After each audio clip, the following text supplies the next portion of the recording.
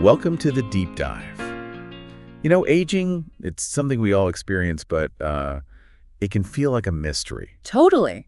So this time, we're diving into some really cool new research that actually sheds light on what happens at ages 44 and 60. Yeah. And one of the most fascinating things about this study is it challenges that idea that aging is a simple straight line. Okay. It's way more dynamic. Exactly. It turns out there are specific periods where our bodies undergo some major shifts, so buckle up. What's really unique about this study is that it's longitudinal. Okay. Meaning they followed the same group of 108 people for years. Wow. Some even close to 7 years. That's a long time. It is. And get this, they didn't just look at genes. They looked at a ton of different things like proteins, molecules, even the gut microbiome. And one of the most striking things they found is that only a tiny fraction, about 6.6%, of the things they studied actually changed in a straight, predictable way with age. Wait, so you're saying most of what happens as we age isn't just a slow, steady decline? That's right. It's way more complex and interesting than that. Wow. It means that the old idea of aging being like a car gradually wearing down might not be the whole story. Okay, that is mind-blowing. So if it's not a straight line, what does it look like? Well, the study found these two periods or crests where our bodies seem to go through major changes. One around age 44 and another around age 60. So those are the ages we're focusing on today. Yes. What's going on at 24? Think of it as the first sign that things are shifting gears. Okay. For example, the study found that around age 44, our bodies might not be as efficient at processing things like alcohol and fats. So that glass of wine at 24 might feel different than it did in your 20s. Possibly, yes. Wow. Okay. That's definitely something to keep in mind. What else is going on around that age? Well, they also noticed some subtle changes in skin and muscle stability. Okay. Not a dramatic drop-off, but maybe an early sign of those things starting to shift. Interesting. So even though it might not be super obvious, things are definitely happening beneath the surface around that age, huh? Exactly. And this is why this research is so powerful. Yeah. It helps us understand that what we do in our 30s and early 40s can really impact how we age later on. Okay. It's not about waiting until we see wrinkles or feel aches and pains. It's about being proactive. I like that. Being proactive about aging. So what can someone do with this knowledge? Wow. Especially around age 4. Well, based on these findings, it might be a good time to start paying a bit more attention to a few key things like your diet, exercise routine, and even your skincare routine. Okay, so like those classic healthy habits we always hear about become even more important. Yes. Around 44. It's funny now that you mention it. I remember feeling like my metabolism wasn't quite the same in my early 40s. Right. Okay, so I've got this first wave of change around 44. But the study found another one later on, right? Yes. What happens when we hit 60? Well, at 60, we see even more changes kicking in. Okay. This is when things like immune function and kidney function tend to decline more rapidly. That makes sense. We always hear about how important it is to keep our immune system strong as we age. Exactly. It's a natural part of aging. Right. But knowing it's coming allows us to be more proactive. So what can someone do to support their immune system around that age? Well, first and foremost, talk to your doctor. Right. They can assess your individual risk factors and suggest specific strategies for you. Right. But in general, a healthy lifestyle is key.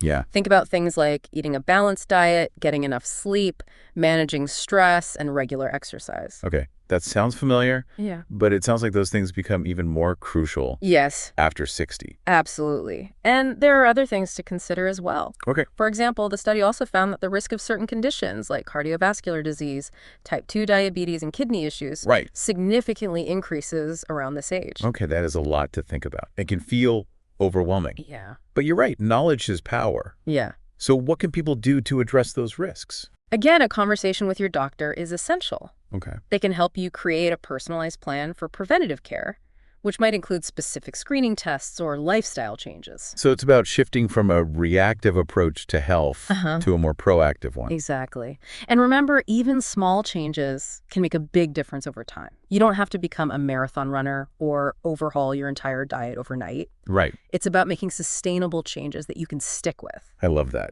Small steps, big impact. Yeah. Okay, so we've talked about a lot of serious stuff, but there's one area we haven't touched on yet. The gut microbiome.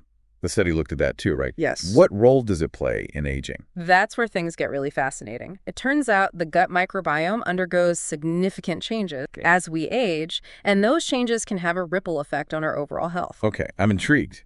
For those who might not be familiar, can you give us a quick refresher on what the gut microbiome actually is? Sure. It's basically a massive community of trillions of microorganisms, bacteria, viruses, fungi, and others that live in our digestive tracts. Trillions. Wow, that's mind-boggling. It is.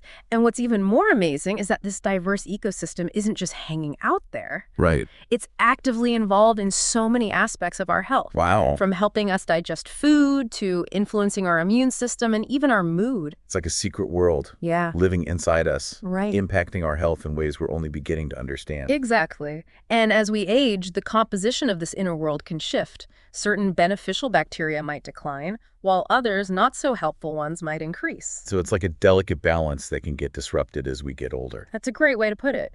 And when that balance is off, it can contribute to inflammation, which is linked to many age-related diseases. Inflammation, the silent troublemaker. Yes. We hear about how it plays a role in everything from heart disease to arthritis. Exactly. Yeah. And a gut microbiome that's out of whack can fuel that chronic inflammation, speeding up the aging process. Okay, so now I'm a little concerned.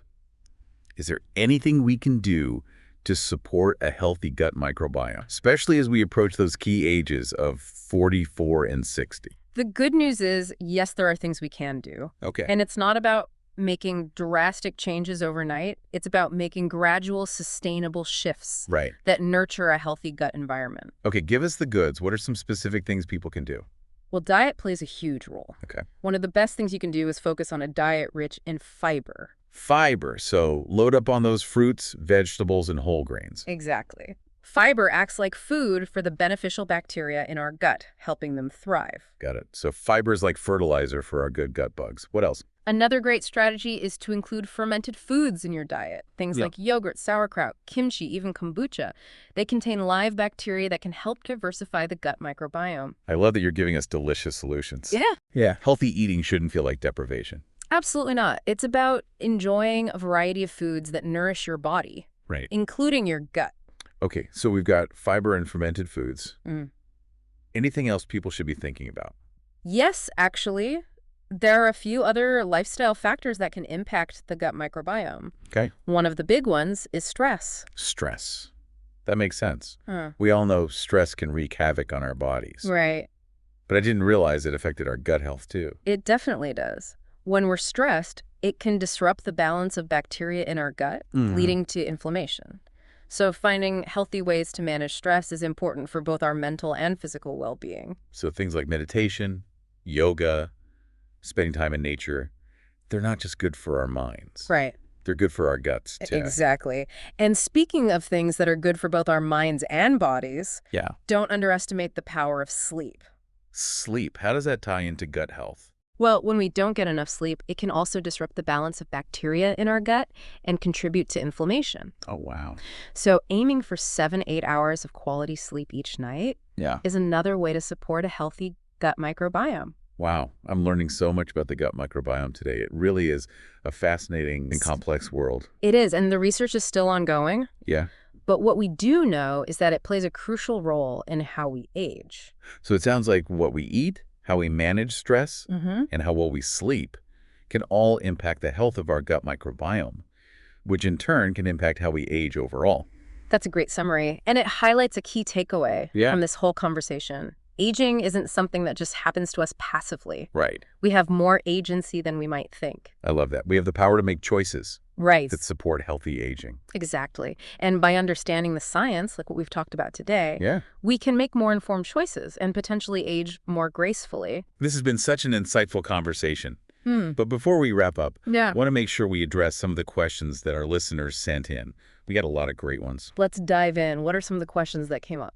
We got a lot of questions from listeners wondering if it's too late to make a difference if they're already past 44 or 60. That's a great question, and it's a common concern, but honestly, it's never too late to start making healthier choices. Our bodies are amazingly adaptable. We can see positive changes at any age. That is so reassuring. It's like a permission slip to prioritize our health no matter where we are in life. Absolutely. And remember, it's about progress, not perfection. Yeah. Small, sustainable changes over time can make a real difference. So true. Another question we got a lot is about supplements or medications. Are there any magic bullets for aging? I wish it were that simple. There's no one-size-fits-all solution, but definitely talk to your doctor. There might be certain supplements or medications that are right for you based on your individual health history and needs. So it's about working with a healthcare professional to create a personalized plan, not just grabbing whatever's on the shelf at the health food store. Exactly. It's about informed decision-making, not quick fixes. Okay, last question. If someone could only do one thing today to start aging better, what would it be? If I had to choose just one, I'd say focus on your gut health. It's such a foundational piece of the aging puzzle. Nourish those good gut bugs with fiber, experiment with fermented foods, and find ways to manage stress. Those are simple, powerful steps anyone can take. That's great advice. It's easy to overlook the gut, but it's so connected to our overall health and how we age. It really is. And remember, healthy aging isn't just about living longer. It's about feeling good, having energy, and enjoying life to the fullest at every age. I love that.